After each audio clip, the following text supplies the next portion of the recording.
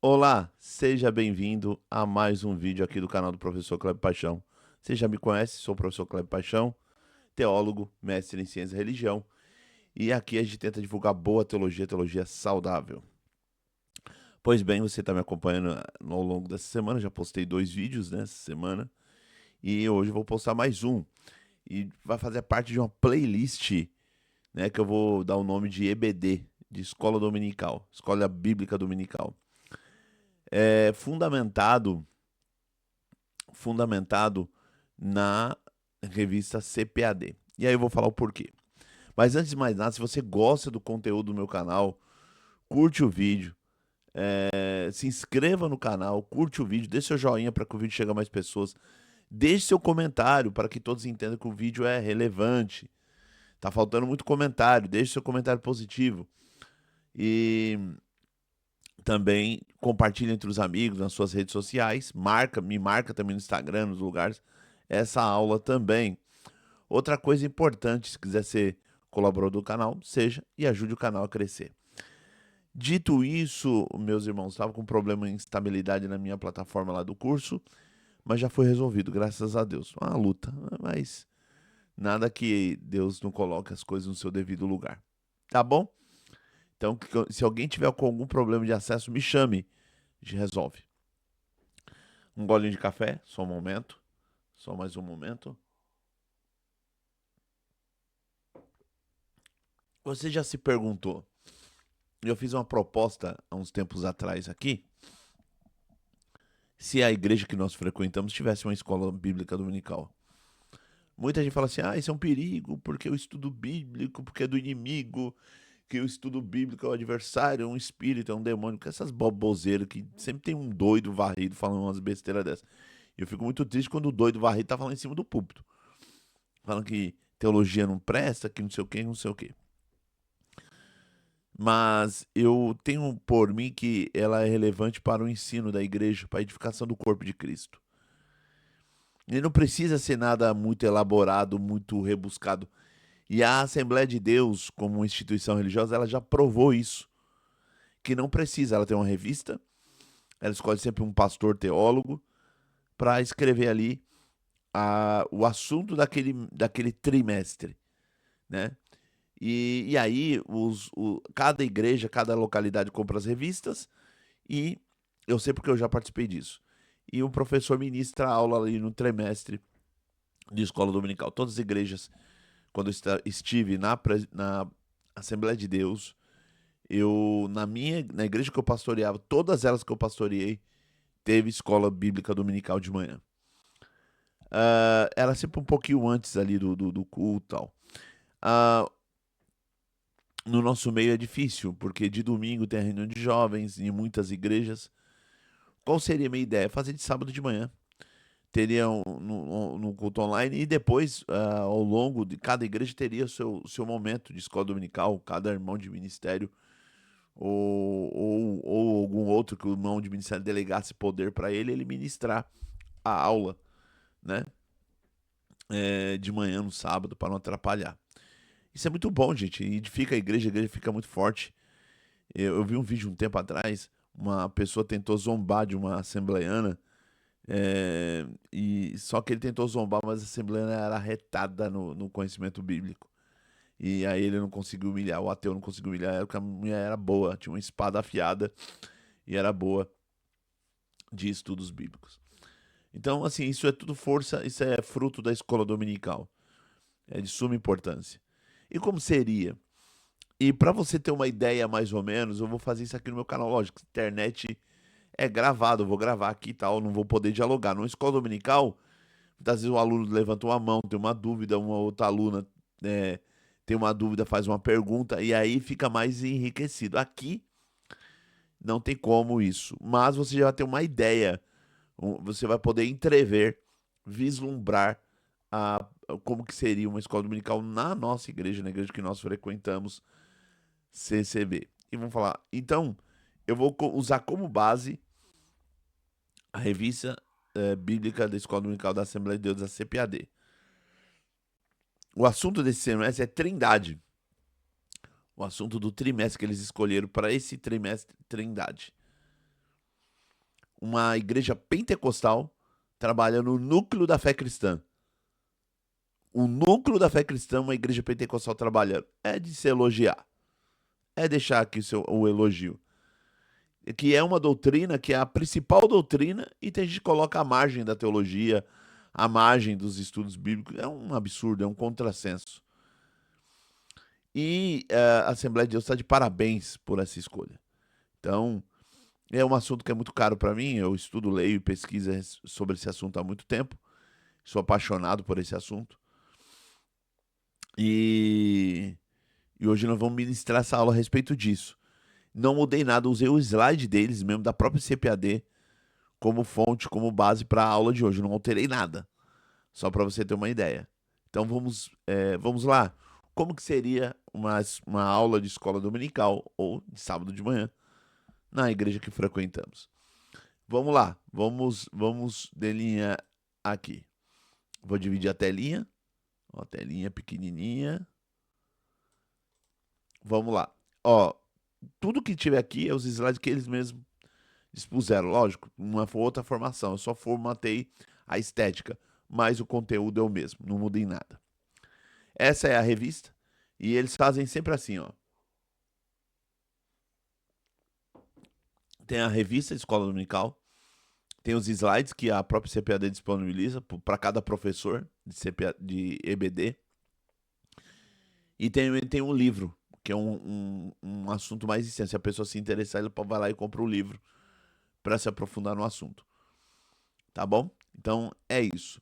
Nós vamos falar sobre a Santíssima Trindade, o Deus único, revelado em três pessoas eternas. Bora lá? Então, o mistério da Santíssima Trindade. Um estudo profundo e reverente sobre a natureza de Deus revelada nas Escrituras Sagradas. Lembrando, falamos sobre Trindade a partir da Sagrada Escritura. Eu tenho alguns amigos que falam assim, eu creio na Trindade, mas não está na Bíblia. Então você crê em outro Deus. Porque o Deus trinitário que o cristianismo crê é o que está na Bíblia. É o que é revelado nas Sagradas Escrituras. Então a gente não tira isso nada. Ah, foi Constantino. Isso é gente doida na internet falando bobeira. Foi Constantino. Então, é um mistério que Deus revelou e progressivamente foi se dando ali no Novo Testamento. E nós vamos falar sobre isso. Está na aula de hoje. E um estudo profundo e reverente. Por que reverente, Kleber? Porque ele é o mistério dos mistérios. A gente tem que falar com reverência, com temor, com muito temor. Porque nós estamos falando a natureza do nosso Deus.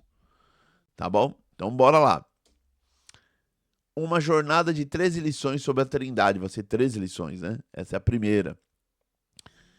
Esse estudo bíblico abrangente nos conduzirá através das profundezas da doutrina mais fundamental do cristianismo. Quando falam profundezas, até conversei com o irmão que eu falei que no segundo ponto de doutrina eu ia colocar o termo abissal, as pessoas estranham. Mas são termos correlatos que a língua portuguesa nos permite e na teologia é utilizado para falar da profundeza do mistério que é o Deus Trindade. Então não há nada de errado falar o termo abissal. Ah, Kleber, mas os jovens de hoje não vão saber. Ah, eles jogam na internet e eles aprendem, irmão. Ele jogou no YouTube, ele entende o que é o termo e ele vai saber. Esse negócio de falar, porque tudo é simples, que tudo é. E ninguém vai querer aprender nada, é um argumento muito ruim. Hoje em dia, a nova geração, ela sabe muito mais que nós da antiga geração. Então, esses termos são muito comuns utilizados. Profundeza, abissal, augusto mistério, são termos correlatos. Esse estudo bíblico abrangente nos conduzirá através das profundezas da doutrina mais fundamental do cristianismo. Ela é o núcleo da fé cristã. Porque todas as outras doutrinas derivam dessa doutrina. A Santíssima Trindade.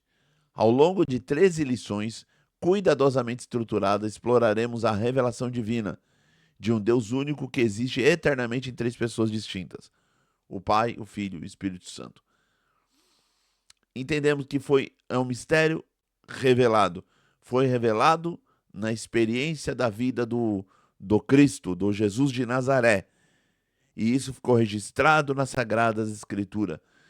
A Trindade não é fruto de elucubração filosófica, mas é fruto de um olhar mais reverente e humilde para a revelação dada na Sagrada Escritura.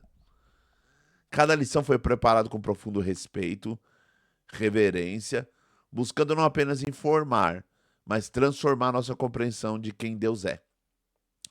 Porque vamos falar sobre a natureza de Deus e como ele opera em perfeita harmonia para a nossa redenção. Prepare o seu coração para essa jornada de descoberta espiritual e crescimento na fé. Eu vou dizer para você, tanto assembleano como algum cristão da CCB, que depois dessas 13 aulas você será impactado, transformado, arrebatado pelo mistério augusto, pelo mistério soberano do Deus unitrino. Né? Não tem como você olhar para esse mistério e ser o mesmo crente de sempre. Então, nós temos o texto áureo. A revista da CPDS faz isso. Ela mostra o texto áureo, o texto que se pesquisa daquela lição. Aquela lição tem um texto áureo e aí ela pesquisa. O Mateus 3, versículo 17 diz: "Este é o meu filho amado, em quem me compraz." Nós vamos se aprofundar sobre esse assunto daqui a pouco. Esse versículo captura um dos momentos mais significativos da revelação trinitária nas Escrituras. No batismo de Jesus, o Pai fala desde o céu. O Filho é batizado nas águas do Jordão. E o Espírito Santo desce em forma corpórea como pomba. Essa cena extraordinária revela a natureza trina de Deus de maneira clara e inconfundível, estabelecendo fundamento para a nossa compreensão da Trindade. Essa passagem onde o Filho vai se batizar por João Batista no Jordão, e o Pai olha e fala, e aí desce sobre a cabeça dele o Espírito Santo em forma corpórea de pomba, e como uma pomba, né? E aí a voz fala: "Esse é o meu filho amado, em quem me comprazo", ou em quem me alegro, ou qual é a minha alegria. Você poderia falar assim. Olha, o meu filho amado, ele ama o filho. E Deus é um Deus eterno. E para ter, se ele é um Deus eterno, e se o filho também subsiste eternamente, ele ama o filho eternamente. Eis é o meu filho amado. Olha que interessante. Ali nós já vemos um quê de mistério já no próprio texto bíblico. Deus é um ser eterno. E o filho também subsiste eternamente junto com o pai. E ele é amado do pai. Se ele é amado do pai, o pai se dispõe, sai de si mesmo para amar o filho. O próprio texto bíblico está apontando para essa realidade. Vamos lá? Verdade prática. A doutrina da Trindade é central à fé cristã. Um só Deus em três pessoas que coexiste e atua harmoniosamente na obra da redenção. Essa verdade não é periférica ou opcional, mas absolutamente essencial para a fé cristã. Não dá para você dizer que você é cristão e não crê na doutrina da Trindade. Não é opcional. Não tem. É igual tem muita gente que fala, eu sou cristão, mas sou unicista. Não existe isso. Não existe. Você é outra religião. Você não é cristão. Essa doutrina, ela não é periférica. Ela não é secundária. Ela é essencial para a fé cristã. O que faz o cristão ser cristão é crer que Deus é Trindade. Então, nunca diga, não, eu sou cristão, mas sou unicista. Não, você está caindo numa heresia. Você é outra coisa, outra religião, mesmo cristão. O cristão genuíno é trinitário. A gente tem que deixar isso muito bem claro também nas lições, ensinar a igreja dessa forma. Porque dá a entender que, não, eu sou cristão, mas abraço várias heresias, então não é cristão. Então a gente tem que tomar muito cuidado com isso. Compreender a Trindade nos permite entender como Deus se relaciona conosco, como a salvação foi planejada e executada, como o Espírito Santo aplica a obra redentora em nossas vidas. Sem essa doutrina, toda a estrutura da fé desmorona. É por isso que ao longo da história da igreja, defender a verdade trinitária tem sido uma prioridade absoluta. E a doutrina da Trindade, de uns últimos tempos para cá, está sendo atacada. Olha que engraçado. Se você entrar no TikTok, o que você vê de live de gente atacando live ao vivo, as pessoas atacando a doutrina da Trindade e falando cada coisa esdrúxula. você fica assustado. E as pessoas acham que são cristãs, elas frequentam a igreja. Você vê até pastor falando mal da Trindade e o título de pastor. É um contrassenso, é um absurdo. Porque se você não compreender a doutrina da Trindade, todas as outras coisas ela desmorona, inclusive o nosso relacionamento com Deus. Por que que nós relacionamos com Deus? Porque Deus é um ser relacional.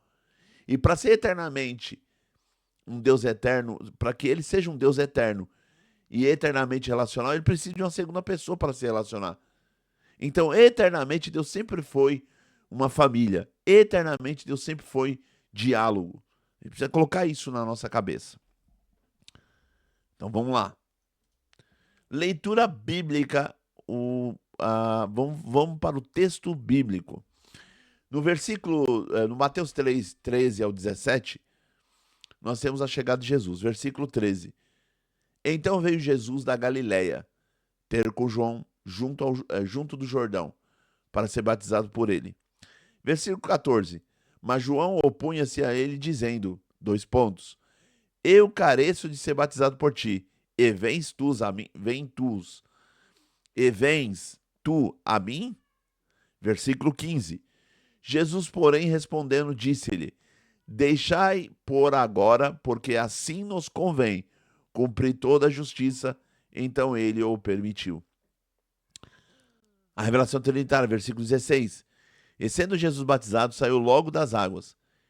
E eis que se lhe abriram os céus, e viu o Espírito de Deus descendo como pomba e vindo sobre ele. No versículo 17 nós temos: E eis que uma voz dos céus dizia: Este é o meu filho amado, em que me comprazo. Em quem tenho o meu prazer, em quem tenho minha alegria, comprazo. É o prazer junto. Esse texto fundamental das Escrituras nos oferece uma janela única para a natureza trina de Deus. Observe como as três pessoas da Trindade estão simultaneamente presentes e ativas. Jesus sendo batizado, o Espírito Santo descendo e o Pai declarando sua aprovação. Essa passagem se torna o fundamento bíblico mais claro para a nossa compreensão da doutrina da Trindade. É esse e aquele do batismo, batizar em todos em nome do Pai, do Filho e do Espírito Santo, é um dos fundamentos para a nossa compreensão trinitária. Nesse evento, você vê todas as três pessoas se relacionando, se dialogando e atuando na economia da salvação, no tempo e no espaço, na história dos homens. Isso que é muito importante a gente pensar. Então, a ideia de olhar para o texto bíblico a respeito da Trindade, a igreja sempre fez isso desde o primeiro século. Não é uma coisa que a gente fica lá fazendo elucubrações filosóficas, mas é olhar o texto com muito carinho, com muito temor, porque o texto está apontando para um Deus trinitário. Vamos lá. Panorama do estudo completo. Primeiro, nós vamos falar sobre o mistério da Santíssima Trindade e os fundamentos da doutrina trinitária. Segundo lugar, o Deus Pai, a primeira pessoa da Trindade, que vai ser a nossa segunda aula. Terceiro, o Pai enviou o Filho, o plano eterno da redenção.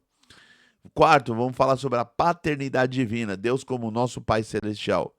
5, o Deus Filho, a segunda pessoa da Trindade. 6, o Filho como verbo de Deus, Jesus, a palavra encarnada. E sétimo, a obra do Filho, a missão redentora de Cristo. Tem mais? Continuação do panorama. Vamos ver aqui. O Deus Espírito Santo, a terceira pessoa da Trindade. Espírito Santo, o regenerador, nascendo de novo pelo Espírito. Espírito Santo, o capacitador, poder para viver a vida cristã. O Pai e o Espírito, a relação entre as pessoas divinas. O Filho e o Espírito, a obra conjunta de Cristo e do Espírito. E a Trindade Santa é a Igreja de Cristo, como a Trindade opera na Igreja.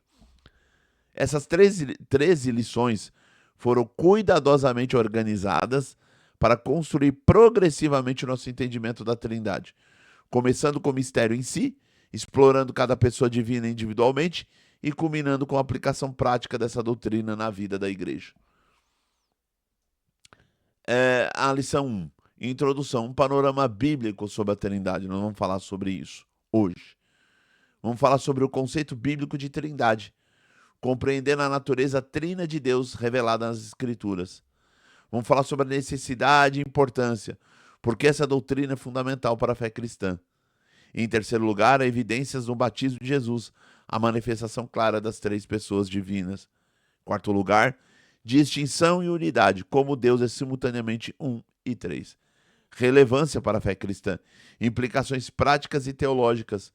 6. O desafio das heresias, defendendo a verdade bíblica contra distorções. Essa introdução estabelece os fundamentos essenciais para todo o nosso estudo. Cada tópico será desenvolvido com profundidade, sempre fundamentado nas Escrituras Sagradas e na tradição histórica da Igreja Cristã. Lembrando, não é produto da nossa mente. Não é produto. Nós estamos olhando o Deus que se comunica, o Deus que se revela na Sagrada Escritura.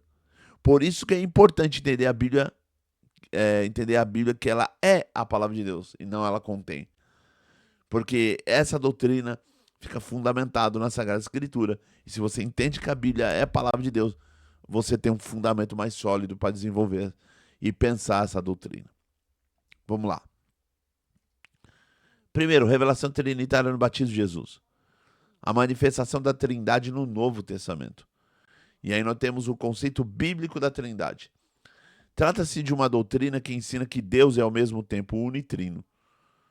Uno no que diz respeito à divindade. Por que, Kleber? Porque nós queremos um único Deus. Nós não cremos em dois deuses. Nós não cremos em três deuses. Nós cremos num único e verdadeiro Deus. Um Deus vivo e verdadeiro. A gente não acredita em vários deuses, não somos politeístas. Então, em questão de Deus é uno, porque só existe um Deus, uma divindade. Pois é somente um Deus verdadeiro e eterno. Trino no que diz respeito à personalidade, pois esse único Deus existe eternamente em três pessoas distintas. Nós acreditamos num único Deus, mas quando falamos do ser desse Deus, a vida desse Deus, é uma vida relacional. É uma vida de relações pessoais. Pai, Filho, Espírito Santo. É o que faz Deus ser Deus. O que faz Deus ser Deus é uma vida relacional. Olha aí que importante. São três pessoas distintas, possuindo a mesma divindade. Por que possuem a mesma divindade, Kleber? Porque participam da mesma substância. Participam da mesma essência divina. Participam do mesmo ser. Se elas são participantes do mesmo ser, os três são coeternos, co-poderosos, onipotentes, onipresentes e assim por diante. Portanto, não se trata de três deuses. Não são três deuses. É um único Deus. Então, não são três deuses separados, mas de um único Deus que subsiste eternamente em três pessoas. Pai, Filho e Espírito Santo. A subsistência, o que faz ele existir, o que faz ele ser Deus, o que faz Deus ser Deus, é a sua vida de relação. É a sua vida relacional e pessoal. Essa verdade desafia a nossa compreensão humana, mas é claramente revelada nas Escrituras. Não inventamos a Trindade. Descobrimos essa realidade através da revelação divina progressiva ao longo da Bíblia. Porque nós acreditamos na revelação progressiva. Deus progressivamente foi se comunicando, se revelando na história. Então a doutrina da Trindade não é uma invenção. É o modo que Deus se comunicou e revelou na história para todos nós. E como que nós descobrimos? Olhando com carinho a Sagrada Escritura, olhando o texto bíblico, não inventando. O batismo de Jesus, propósito e significado. Tem lá um versículo que diz: eu careço de ser batizado por ti, e tu vens a mim? Deixe por agora, Jesus responde, para que se cumpra toda a justiça. O batismo de Jesus. O batismo de Jesus não foi um ato de necessidade pessoal, mas sim de propósito divino. Ele revela a obediência perfeita de Jesus ao Pai e seu compromisso absoluto com o plano eterno de salvação. Muita gente fala, Jesus batizou também, então quer dizer que ele tinha pecado. Eu vi um doido da internet falando isso no podcast. Não, ele tinha pecado, porque ele foi batizado, ele foi lá ser batizado por João Batista, então ele tinha pecado. Não, gente, ele só estava fazendo o papel dele, o processo de cumprir toda a justiça da lei. Só isso. Ele não sendo pecador, e até o próprio João Batista se assusta. Você tá vindo a mim? Na verdade, era eu que tinha que ser batizado por você. E aí Jesus falou, não, vamos cumprir por enquanto, a gente tem que cumprir toda a lei. Embora completamente sem pecado e sem necessidade de arrependimento, Jesus nunca tinha pecado, então não tinha necessidade de arrependimento, porque o batismo de João era um batismo de arrependimento. Jesus se submeteu ao batismo para se identificar plenamente com a humanidade que veio redimir. Irineu de Lyon diz que aquilo que não é assumido não é redimido. Aquilo que não é assumido não é redimido. Então, de certo modo, ele tem que se colocar no lugar daqueles que ele veio redimir. Não que ele tinha pecado, mas ele faz um processo de se compadecer, de se colocar, de empatia, de se colocar no lugar do outro. Ele faz esse processo. Então ele se identifica plenamente com a humanidade que veio redimir. Esse ato inaugural demonstrou publicamente sua missão messiânica, seu papel como Cordeiro de Deus que tira o pecado do mundo. Exatamente. Se eu vou tirar o pecado do mundo, eu tenho que me identificar com essa humanidade que eu vou salvar. Eu não tenho, como que eles falam, eu não tenho pecado, mas eu vou mostrar para eles que esse é o processo natural. A humanidade tem que sempre ir voltar-se ao batismo e tudo mais. Por isso que ele foi, não que ele era pecador. Jesus assumiu nossa humanidade, exceto no pecado. Exceto no pecado. Como funciona isso, Kleber? Eu falei isso ontem no vídeo. Deus assumiu algo que ele não tinha, ele sem deixar de ser o que ele era. Deus sempre eternamente foi Deus. Mas agora ele vai assumir algo que ele não tinha, que era a humanidade. Na pessoa do Filho, há a encarnação. Ele assume algo que ele não tinha, mas nunca deixou de ser o que ele era, Deus. Esse é o mistério. Referências bíblicas para isso que nós estamos falando até agora. Mateus 3, 14, 15, Mateus capítulo 3, versículo 14 ao 15. Mateus capítulo 5, do versículo 17. Jesus não precisava de purificação, mas escolheu cumprir toda a justiça e inaugurar oficialmente seu ministério terreno com esse ato de obediência. Se ele vai inaugurar o seu ministério terreno, né, vai inaugurar, tem uma inauguração. Ele começa ali com o batismo dele no Jordão. Vai inaugurar o seu ministério messiânico. Nada como dar um bom exemplo. Nada como dar um bom exemplo. Inaugurar oficialmente seu ministério terreno com esse ato de obediência e identificação com os pecadores que ele veio salvar. Ele se identifica com os pecadores que veio salvar, mas não que ele era pecador. Olha aí, isso que é bonito. Não sendo pecador, vai morrer pelos pecadores. Não sendo pecador, se identifica com os pecadores. Não sendo pecador, não cometendo pecado, vai salvar o pecador. Esse é o mistério do ministério messiânico de Jesus. A presença simultânea da Trindade. A Trindade revelada claramente. Em primeiro lugar, o Filho, Jesus presente nas águas do Jordão, sendo batizado em obediência ao Pai. Ele veio em estado de servo sofredor e veio em estado de obediência. E aí nós temos o Espírito Santo, descendo em forma corpórea como pomba sobre Jesus. Aí nós temos o que? O Pai, a voz dos céus declarando essa alegria e aprovação, sua alegria e aprovação. Eis aí o meu filho amado, que eu amo, em quem me comprazo, em quem me alegro. Eu estou aprovando ele, porque ele é meu filho amado. E o ministério dele, messiânico, que vai ser inaugurado agora, está sendo aprovado por mim. Referências, Mateus 3, do 16 ao 17, Marcos 1, do 10 ao 11, Lucas 3, do versículo 22, e João capítulo 1, versículo 32. Essa manifestação pública e simultânea da Trindade não apenas confirma a identidade de Jesus como o Messias prometido, mas revela de forma inequívoca que ele é o ungido por excelência, conforme profetizado em Isaías 11, versículo 2 e 42, versículo 1. As três pessoas da Trindade estão presentes, distintas e operando em perfeita harmonia. Elas estão presentes ali operando em harmonia.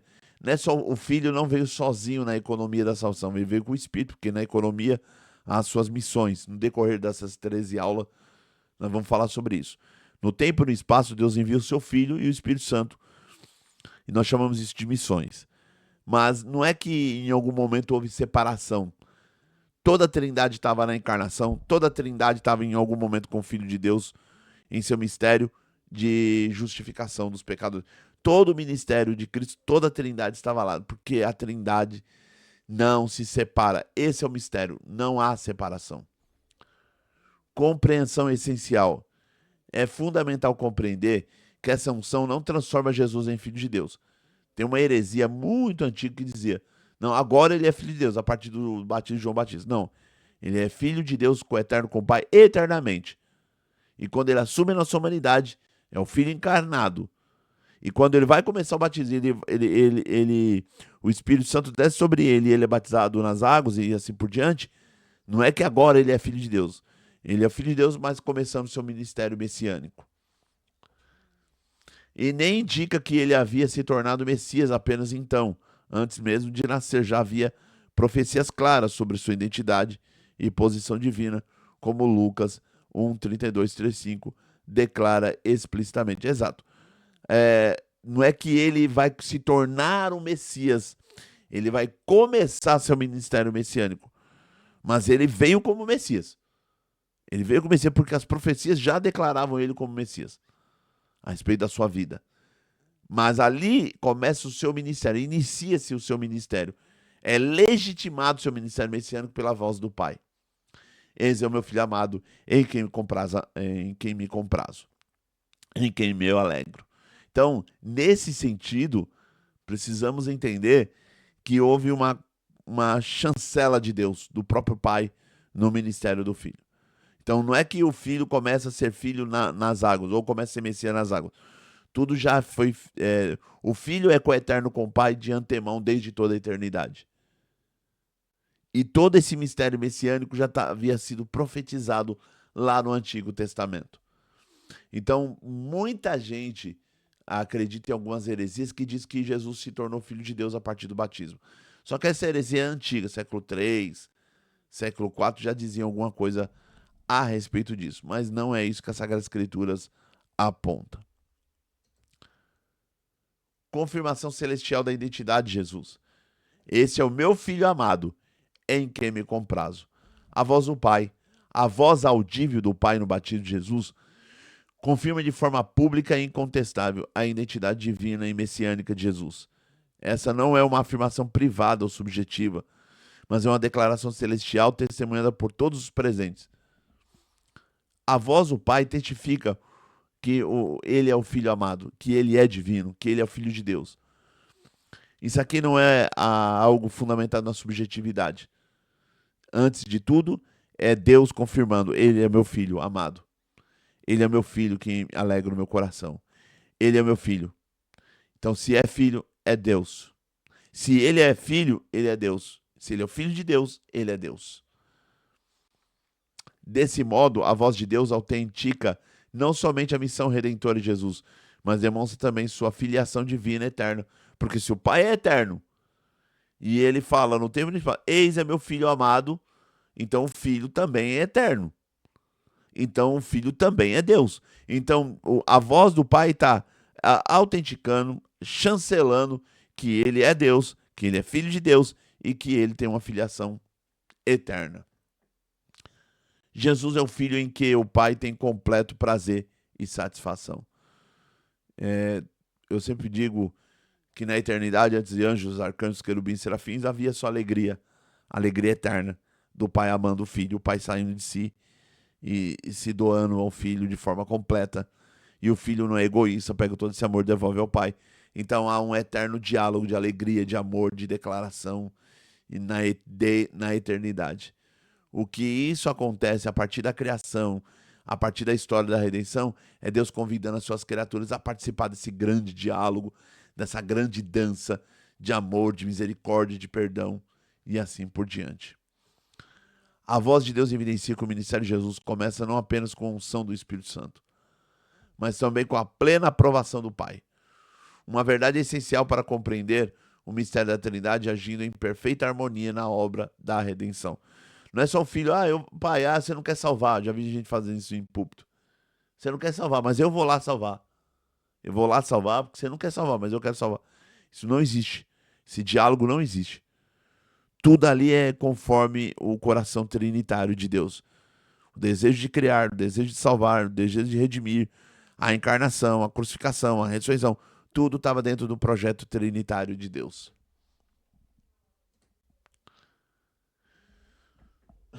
Vamos lá. A distinção e a unidade das pessoas divinas.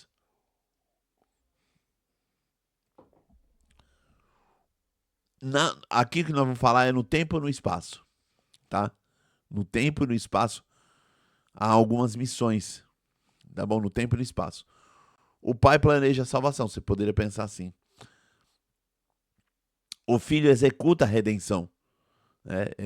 O Pai planeja e envia o seu Filho executa a sua redenção no tempo e no espaço. E o Espírito Santo aplica os benefícios dessa redenção nos convertidos, nos eleitos de Deus. A unidade e distinção pessoal da Trindade. Cada pessoa da Trindade é plenamente divina, possuindo toda a essência e atributos de Deus. Não são partes de Deus, mas cada um é totalmente Deus. Juntas operam em perfeita harmonia, amor, comunhão eterna.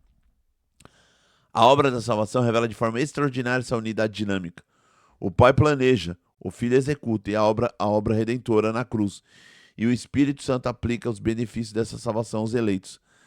Cada pessoa tem um papel distinto, mas todas trabalham em cooperação perfeita.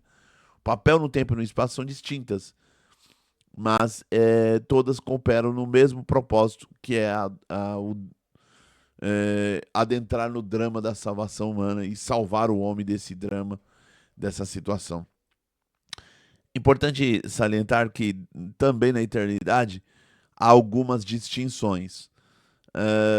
Distinções na questão de paternidade, filiação e processão. Paternidade porque só o pai é pai e nunca será o filho. A distinção de filiação porque só o filho é filho, gerado do pai eternamente. E o Espírito, ele é distinto do pai e do filho porque ele procede dos dois. Procede do pai e do filho. Dito isso, que essas distinções também têm distinções no relacionamento amoroso. O pai é eternamente aquele que ama. O filho é aquele que é eternamente amado do pai. Eis aí o meu filho amado. Ele é o eternamente amado do pai. E o Espírito Santo é o espírito de amor. É o espírito eternamente do pai que ama o filho e do filho que ama o pai. O amor é tão intenso, tão vivo, tão dinâmico que não é uma coisa, não é um sentimento. O amor é uma pessoa. Por isso que é uma relação trinitária amorosa. Por isso que é aqui um círculo.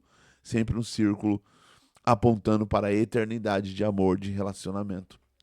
E no tempo e no espaço, Kleber? No tempo e no espaço, o pai envia o filho redime a humanidade e o Espírito Santo aplica essa redenção, os benefícios dessa redenção na vida de cada eleito, na vida da igreja. Lembrando que é uma coisa importante, a Trindade nunca se separa na economia. Ainda que existem papéis distintos, mas toda a Trindade estava na encarnação, toda a Trindade estava na crucificação e na redenção. Se você separa de alguma forma, você comete uma heresia. Se você separa, você comete uma heresia. Não há divisão na Trindade. Aceita o mistério e celebra o mistério, mas não queira resolver racionalmente esse mistério, porque não há separação. Deus estava em Cristo reconciliando consigo o mundo, como Paulo vai dizer. Então não tem como você separar para tentar sanar uma lacuna racional, existencial. A gente tem que olhar para o mistério e aceitá-lo, como ele é, mistério de Deus. A Trindade no Antigo Testamento. Aqui eu vou citar algumas coisas que a própria revista faz, mas eu quero fazer algum adendo. Hoje em dia, a maioria dos eruditos, estudiosos da Trindade não usa esses versículos para tentar provar os vestígios trinitatis, os vestígios da Trindade no Antigo Testamento, as pegadas da Trindade no Antigo Testamento. Tem outras passagens mais robustas. Essa aqui, antigamente se utilizava muito. Hoje, aos poucos, está sendo abandonada por causa da questão do hebraico. Mas vamos lá. Indícios de pluralidade na unidade. O Antigo Testamento enfatiza claramente que Deus é único, conforme Deuteronômio 6, versículo 4. Ouve, ó Israel, o Senhor nosso Deus, ele é o único Senhor. Apesar que tem gente que vai falar que esse é o único Senhor, ouve Israel, o Senhor nosso Deus, ele é o único. Errado aqui quer dizer uma unidade, mas uma unidade composta. Tem gente que vai trabalhar essa questão.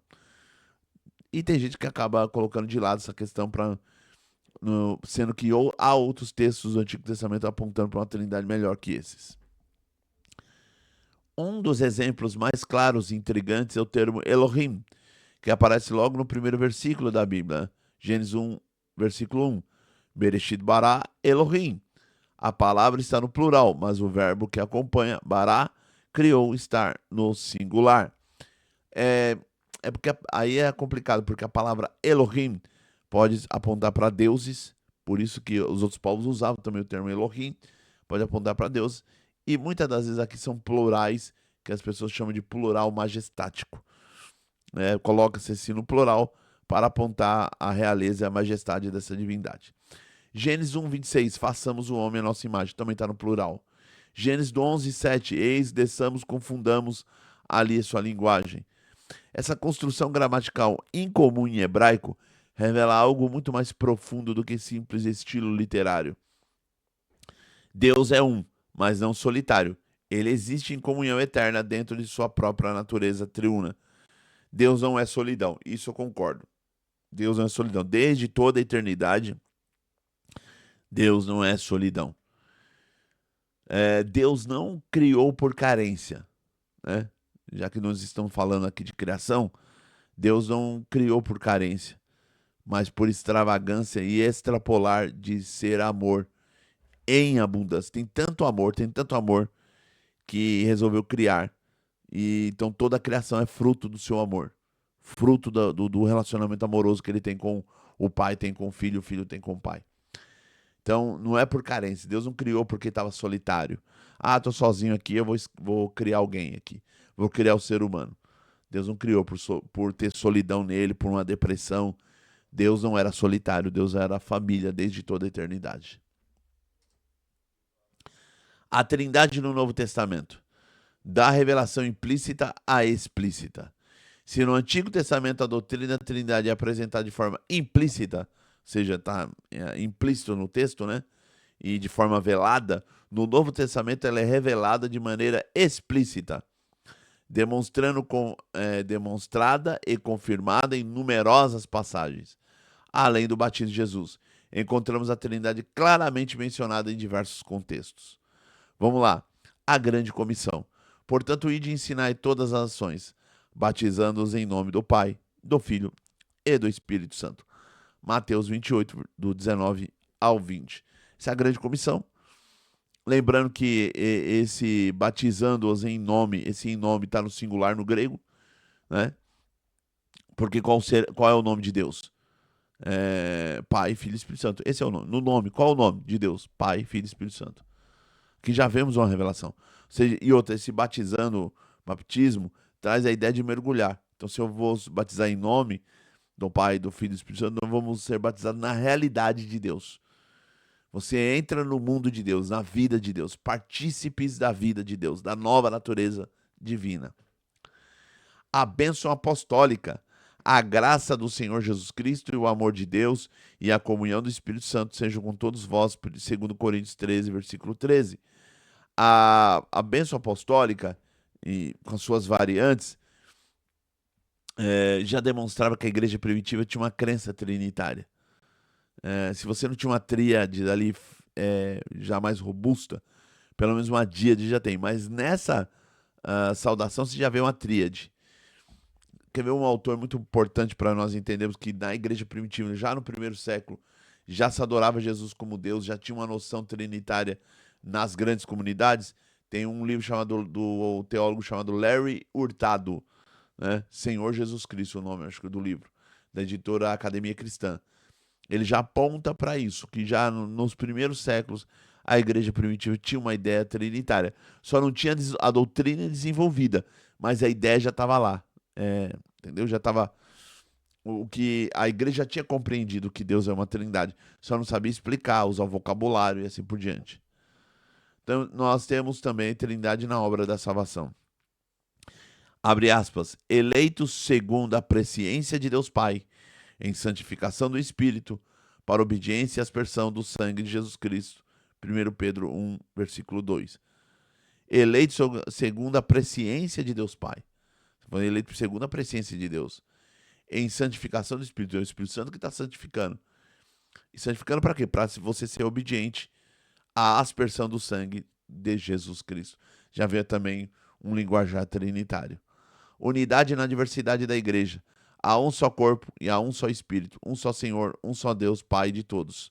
Efésios 4, do versículo 4 ao 6. Então, quando Paulo está dizendo ali a unidade, está mostrando que existe unidade, mas também diversidade no corpo da igreja, mas já apontando para uma trindade. Portanto, a trindade não é uma especulação teológica, não é fruto de elucubração teológica filosófica. Ela foi e não foi criada pela igreja, mas revelação direta e prática das escrituras sagradas, fundamentado na palavra inspirada de Deus. Eu não criei a trindade, ela está revelada na Sagrada Escritura, ela está lá na Bíblia. A igreja só olhou com cuidado e carinho e temor e entendeu isso. Aí Deus foi abrindo a mente, progressivamente a mente da igreja, para compreender que Deus, ao se comunicar, ao se revelar na história, ele se revelou como um Deus que é o único Deus, mas a vida desse único Deus é uma vida relacional de Pai, Filho e Espírito Santo. Vamos lá. Capítulo 3. A relevância da Trindade para a fé cristã. A fé cristã e a doutrina da Trindade. O desenvolvimento histórico da doutrina. A doutrina da Trindade não nasceu da filosofia grega, que muita gente diz isso. Não nasceu da filosofia grega. E nem representa uma elaboração tardia, como muita gente diz, foi Constantino, século IV. Também não. Ou um artificial da fé, ou artificial da fé cristã. Ela emerge diretamente das Escrituras como revelação progressiva do Deus vivo e verdadeiro. Então, a filosofia não foi criada por nós. Não foi o Ocidente, não foi o pensamento grego, não foi a filosofia grega. Mas Kleber usa muitos termos gregos. Lógico, a igreja está dentro de um contexto greco-romano. A cultura é greca-romana. O linguajar o que se usa ali é o grego koiné. Não tem como você fugir dos termos gregos. Não tem como você fugir da cultura grega, da cultura helênica, do pensamento filosófico. Quem vai se convertendo, quando for falar de Deus, vai usar esses termos. Era algo natural, não tinha como você fugir dessa situação. Então eu vejo muita gente na internet tentando desenvolver isso e não entende, não compreende que era realmente necessário que isso aconteça, porque o contexto cultural exigia isso. Então os termos, gente, não seriam em hebraico nem em aramaico, os termos seriam utilizados em grego, advindos da filosofia grega, porque esse era o contexto que a igreja estava inserido. Sua plena compreensão e formulação teológica foram cuidadosamente definidas nos primeiros séculos da igreja, especialmente no Concílio de Nicéia, 325. Tem a história dos credos aqui no meu canal, tem uma playlist sobre os credos, dá uma olhada lá, tá muito bom, dá uma assistida, tá muito boa as aulas lá. Especialmente no Concílio de Nicéia, 325, que afirmou a plena divindade do Filho, e posteriormente no Concílio de Constantinopla, em 381, que confirmou a divindade do Espírito Santo. É o famoso credo niceno-constantinopolitano, que é a expansão do credo que foi definido em Nicéia. Em Constantinopla houve uma expansão, houve uma melhora. Esses concílios não inventaram a doutrina, mas defenderam e articularam com precisão o que a igreja sempre creu com base na Escritura, contra as heresias que ameaçavam distorcer a verdade bíblica.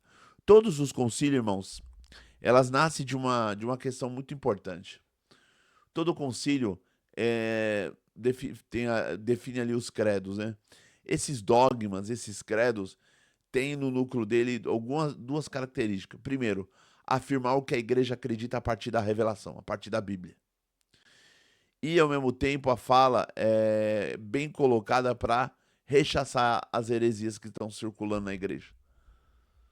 Olha que interessante. Então, quando você lê o credo niceno, constantinopolitano, você vê a igreja afirmando o que ela sempre acreditou e o que está na base da Sagrada Escritura. Mas, ao mesmo tempo, a fala está rechaçando as heresias daquele período. Por isso que é importante uma confissão de fé. Por isso que é importante ter um credo, um dogma. Porque o dogma mostra que, primeiro, ele é limitado porque nunca vai abarcar todo o mistério.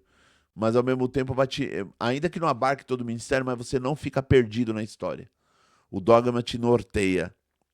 Ele te leva um pouco mais fundo ao mistério e te leva a celebrar o mistério, mas também é um livramento, porque te livra das grandes heresias. Olha aí que interessante. O termo trindade, origem e significado, né? Lembra que eu falei para você? A igreja está pensando, a igreja está raciocinando, então agora ela vai usar termos para tentar definir essa doutrina. Dizer que Deus é Pai, Filho e Espírito Santo é fé, como dizem alguns teólogos. Dizer que Deus é uma trindade é a explicação da fé. É você tentar explicar a fé. Por isso que você criou um termo técnico, um conceito, para tentar explicar aquilo que você crê pela fé. Olha que interessante. A palavra trindade não aparece explicitamente na Bíblia Sagrada. Foi utilizada pela primeira vez por Tertuliano, destacado teólogo cristão do século II, por volta dos anos 200 depois de Cristo. Sabe aquele negócio, aquele papo que todo mundo fala na internet hoje virou mania, né? Tá na Bíblia, tem que estar na Bíblia, me dá um texto. Isso é um perigo, porque a palavra trindade não está na Bíblia, mas o mistério está lá na Bíblia. A doutrina está na Bíblia. Se a doutrina está na Bíblia, o mistério está na Bíblia, independente se o termo não está, eu creio. Eu creio, eu sou trinitário. Ah, mas o termo não está. Você está entendendo como que é o perigo? Ah, me dá um texto, tem que estar na Bíblia. Isso é uma falácia da internet. Pois bem, vamos lá. Tertuliano ele usou o termo latino trinitas para explicar e defender a fé cristã em um só Deus, que existe eternamente em três pessoas distintas, Pai, Filho e Espírito Santo. Então ele deu um termo técnico para essa crença que nós temos. Olhando o texto bíblico, nós somos trinitários. Mas qual o termo que eu vou usar? Trinitas, trindade. No entanto, o termo também trias já era usado também no mundo grego e tudo mais. Mas trinitas acabou, parece que fixando melhor. No entanto, é crucial compreender que a doutrina da Trindade não foi inventada por Tertuliano. Não foi ele Tertuliano que inventou. Ele cunhou um termo técnico. Ele criou um termo técnico. Mas ele não criou a doutrina, porque a doutrina está na Bíblia. A doutrina foi revelada. O que fez foi dar um nome técnico e teológico preciso a uma verdade que os cristãos já criam e confessavam desde os tempos apostólicos, com base direta nas Escrituras. Os cristãos já acreditavam, já olhavam o texto bíblico e falavam, não, Deus é uma trindade. Mas qual o termo para me utilizar? Qual o termo que eu vou utilizar para definir isso? Qual o termo técnico? Aí ele cria um termo técnico chamado trindade. Então, ainda que o termo não está na Bíblia, gente, o termo é utilizado tecnicamente para definir esse Deus cristão. Quando falamos de trindade, falamos de um único Deus que se relaciona em três pessoas distintas, Pai, Filho e Espírito Santo. O termo foi criado para facilitar a comunicação e defesa dessa verdade bíblica. Então, quando o termo é criado, gente, o termo técnico, para criar para definir alguma coisa, a intenção não é falar bonito. A intenção não é te convencer filosoficamente. A intenção é facilitar a compreensão. O termo técnico, quando ele é criado pedagogicamente. É uma pedagogia divina. Então, eu fico muito triste quando eu vejo evangélicos detonando os termos técnicos da teologia cristã, mas eles não entenderam que, para você compreender certas verdades da fé cristã, os termos são pedagógicos. Foram criados e inseridos no linguajar, no vocabulário teológico ou bíblico, para facilitar a compreensão dos mistérios de Deus na Sagrada Escritura. Vamos lá. Então, em defesa dessa verdade bíblica fundamental, contra os ataques heréticos que começavam a surgir, tentando distorcer o ensino claro da palavra de Deus sobre a natureza de Deus. O termo técnico é pedagógico para te ensinar e pedagógico para defender a fé cristã contra as heresias que estão surgindo naquele período. A Trindade e os desafios das heresias. Vamos lá. Distorções da verdade bíblica. O estudo profundo sobre a Trindade e sua negação por parte de alguns teólogos ao longo da história resultou em diversas heresias graves que comprometem doutrinas fundamentais da fé cristã. Nós temos o triteísmo. O triteísmo é uma heresia que surgiu ali no século II, século III, ensina erroneamente que existe três deuses, né? E são três deuses independentes, violando completamente a unidade divina, claramente ensinada na Escritura. Por quê? Porque a Sagrada Escritura ensina que Deus é um só. Existe uma unidade divina. E essa heresia fala, não, eram três deuses, e esses três deuses eram três deuses diferentes e independentes. Essa heresia transformou o monoteísmo cristão em politeísmo. Por quê? Se existe três deuses, já não é monoteísmo, é politeísmo, é a crença em vários deuses. Aí nós temos o unitarismo, afirma que somente o Pai é Deus verdadeiro, negando a divindade tanto de Cristo quanto do Espírito Santo. Essa heresia destrói toda a base da salvação cristã. Alguns unicistas são assim também, alguns. Tem essa ideia. Só o Pai é Deus. O Jesus não é filho de Deus, nem o Espírito Santo é Deus. E isso é muito perigoso, gente. É uma heresia gravíssima que corrói a base da fé cristã. O cristão não é unitarista. O cristão, ele é trinitário. Vamos lá. Unicismo e o modalismo. Ensina que há um único Deus que se manifesta em três modos diferentes em tempos distintos. E não três pessoas coexistentes. Nega a distinção pessoal e eterna das três pessoas da Trindade. Ou seja, o unicismo acredita que é um único Deus, mas ele manifesta, ele é modalista porque ele acredita que se manifesta em vários modos, em diversos tempos, em tempos diferentes, né? Uma hora ele se revela como Pai, outra hora ele se revela como Filho, outra hora ele se mostra como Espírito Santo. São várias faces, vários rostos de Deus. Não é um único Deus, mas são três máscaras. Por isso que são modalistas. É uma outra heresia que foi rechaçada pela igreja cristã. E o arianismo, que vai atingir a fé cristã ali por meados do século III, século IV. Ensina que apenas o Pai é divino e eterno, enquanto Jesus e o Espírito Santo foram criados posteriormente pelo Pai, sendo, portanto, inferiores, subordinados a ele. Essa foi uma das heresias mais perigosas da história da igreja. Ela foi tão perigosa que quase a ortodoxia cristã foi vencida. Se não fosse Deus intervir, se não fosse Deus vir com a sua soberania, a heresia vencer a ortodoxia. Essa é uma das heresias mais perigosas. O filho foi criado em algum momento. Ele não é Deus coeterno como Pai. O filho é uma criatura mais elevada. Não sei se os Jeová são assim. E eu fico muito triste quando eu vejo pessoas dentro da igreja, pastores, teólogos e até irmãos de ministério da igreja que eu frequento, sendo ariano e não percebendo que é ariano, acreditando que Jesus foi criado em algum momento, abraçando a heresia do século IV e não percebendo isso, negando a divindade do Filho, porque quem nega o Pai, nega o Filho, e quem também não tem o Filho, também não tem o Pai. E arrisca a salvação e nem percebe isso. Isso é muito perigoso. Todas essas heresias foram firmemente rejeitadas pela igreja ao longo dos séculos, porque contradizem o claro ensino das Escrituras sobre a natureza trina de Deus. A igreja rejeitou. A igreja olhou e falou: não, isso nós não aceitamos. Em algum momento, a igreja, como igreja, tem que se posicionar.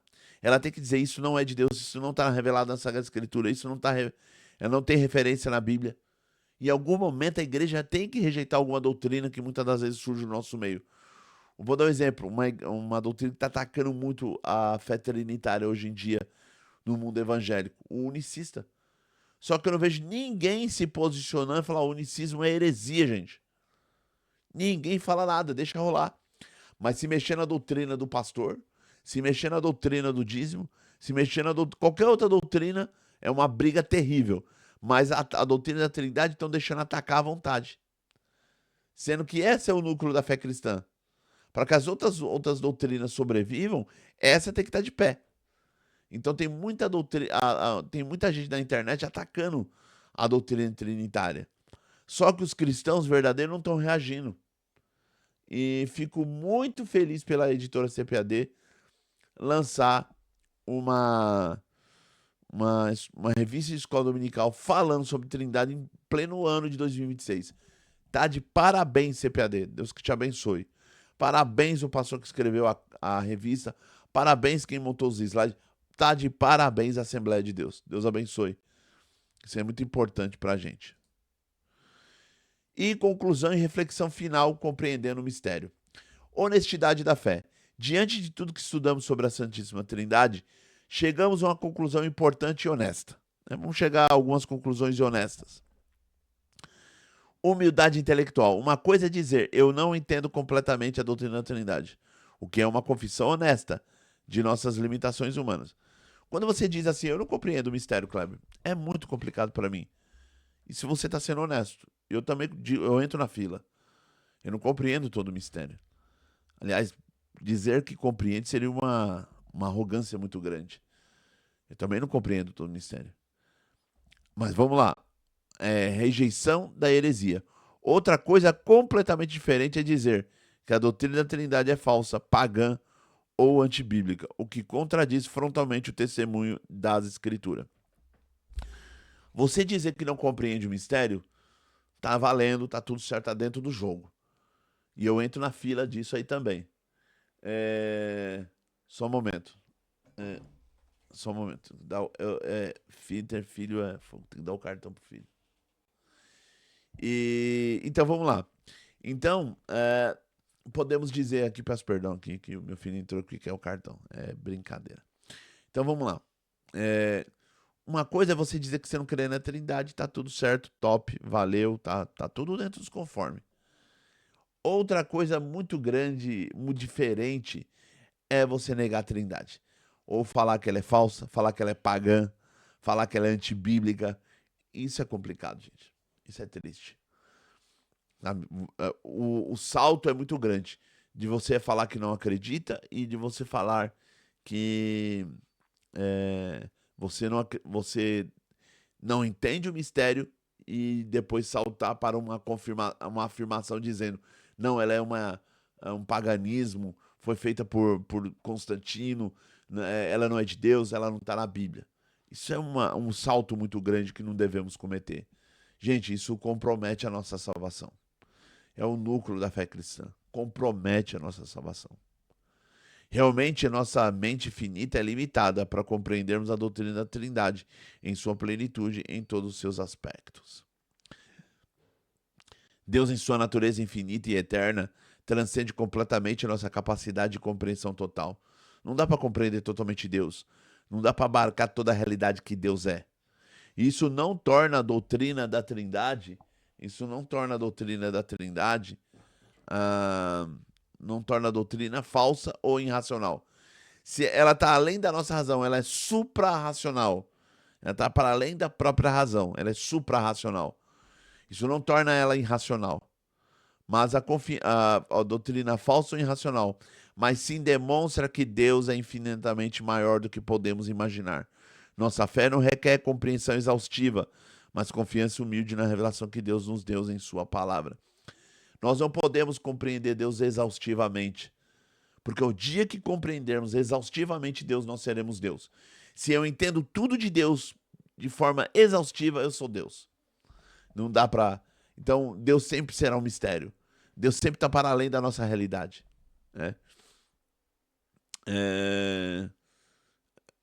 Então, vamos lá. Compreensão exaustiva, mas confiança humilde na revelação. Tem que ter uma certa humildade para compreender o mistério e amá-lo. E celebrá-lo. Tem que ter humildade. Tem que ter humildade. O mistério da Trindade nos convida à adoração reverente. Adorar o Deus unitrino tem que ser reverente. Ela nos convida a adorá-lo. Não a rejeição cética. Aceitamos pela fé o que Deus revelou sobre si mesmo, mesmo quando ultrapassa a nossa plena compreensão. Essa é a essência da fé cristã madura e bíblica. Gostou da aula de hoje? Espere as próximas, né, as 13 aulas que vamos ter sobre esse mistério. Eu vou acompanhar o que está na revista. Não vou fazer nada mais, nada menos. Vou acompanhar o que está na revista e ministrar. Então, você assembleano que gostou, curte o vídeo, compartilha, deixa seu comentário positivo. Você que é Você que é da CB também, deixa aí o seu joinha, compartilha, deixa seu comentário positivo e vamos aprender cada dia mais desse Deus uno e trino, desse mistério salvífico. Isso que é importante ressaltar. O mistério da Trindade é um mistério salvífico, porque implica em salvação. Isso que é importante a gente pensar. Tá bom? Dito isso, eu agradeço vocês. Hashtag rumo a 50 mil manos, querendo Deus. Amém.